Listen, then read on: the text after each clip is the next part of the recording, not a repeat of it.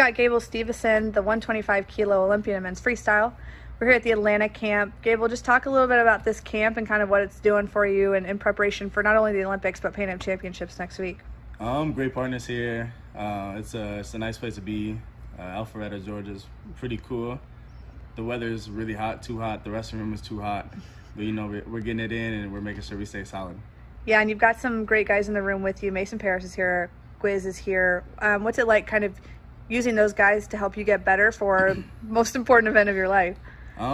Using those guys is a great thing. They're great competitors and great wrestlers. Getting to know both of them outside the mat is kind of cool, even though we're both gonna have our times when we're gonna go at it. But we're gaining knowledge from each other, and that's all that matters. And I'm happy to be here and practice with them, and I hope they feel the same too. Yeah, and this camp's kind of cool because it's not just men's freestyle. We've got women's freestyle and Greco here as well. Have you gotten a chance to get to know people from the other two styles? Just a couple of Greco guys, and I know a couple of the women's wrestlers. But other than that, not really. It's practice, hotel, back, repeat. Yeah, right. It's a long grind. Let's talk about your preparation for Tokyo. What are some things that you're kind of focusing on, without giving too much away, obviously, some things that you're focusing on to help you get on the top of the podium? Just keep wrestling how I normally do, keep maintaining the person that I am. Big confidence, stay motivated, stay determined, and anything's possible. Right. What's life been like for you since winning the Olympic trials? What's it like back in Minneapolis? Life's a lot different. You know, people tend to ask, what does it feel like being an Olympian? A lot of people take pictures. It's a cool feeling, and it's different. It's a different lifestyle now that I got to adapt to, especially with a lot of other things that come in play. But being on Olympic team and having that on me is a crazy thing. An amazingly successful year with the Big Ten title, NCAA title, Hodge title, right? Also, quickly, right off a pandemic, is there anything that you learned about yourself through that kind of trying time, but also being able to have so much success? Probably from the start of pandemic, what I learned from myself is probably you gotta just work. You gotta work. You gotta push yourself to new limits, especially with the pandemic. A lot of time off the mat. I think I needed the NCAA championship bad, and everyone knew I needed it, and I couldn't go outside and have people say, "Oh, he's not a national champ."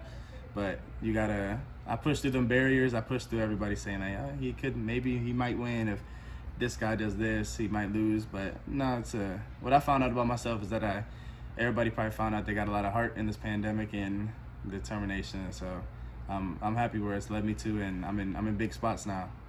Yeah, when you look back on this last year, these last really few months, I guess what are the things that you're most proud of? What I'm probably most proud of is the things that I've done in these short months, winning the Big Tens, NCAAs, Olympic trials, and not just winning, but doing it how I wanted to do it in dominating fashion. Probably the most thing I'm proud of is how I stuck to who I am. I entertained people in a positive way. Gave everybody their personal respects and understood that my time I could get beat, but at the end of the day, I did what I had to do, and I won in dominant fashion.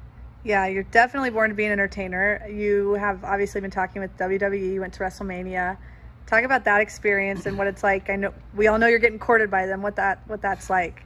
First of all, WWE's they're a big corporate business. I mean, they're looking for entertainers, looking for the next big thing.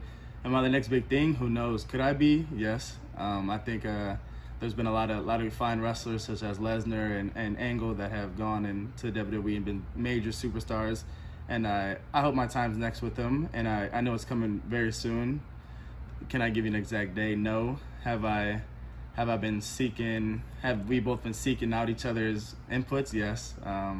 But I don't know. WWE is WWE. You want to be an entertainer, or you want to do something else with yourself? I would rather be an entertainer and be on the big screen. Yeah. And clearly Tokyo is probably your main focus right now. I would say, what does the next few months look like for you as you get ready? Pan Am's next week. And then what's after that? Go home, just get back on the mat, sit down, play the Xbox, buy clothes. I stop buying a lot of clothes, but take some Instagram pictures, put on some nice fits. I mean, I'm big into the clothes and all that, so yeah. That's what I like to do outside the mat. But other than that, just work on what Gable likes to do, and that's a lot of things. And so, I mean, be who I am, and that's it. Awesome. Yes. Well, thanks. Got you.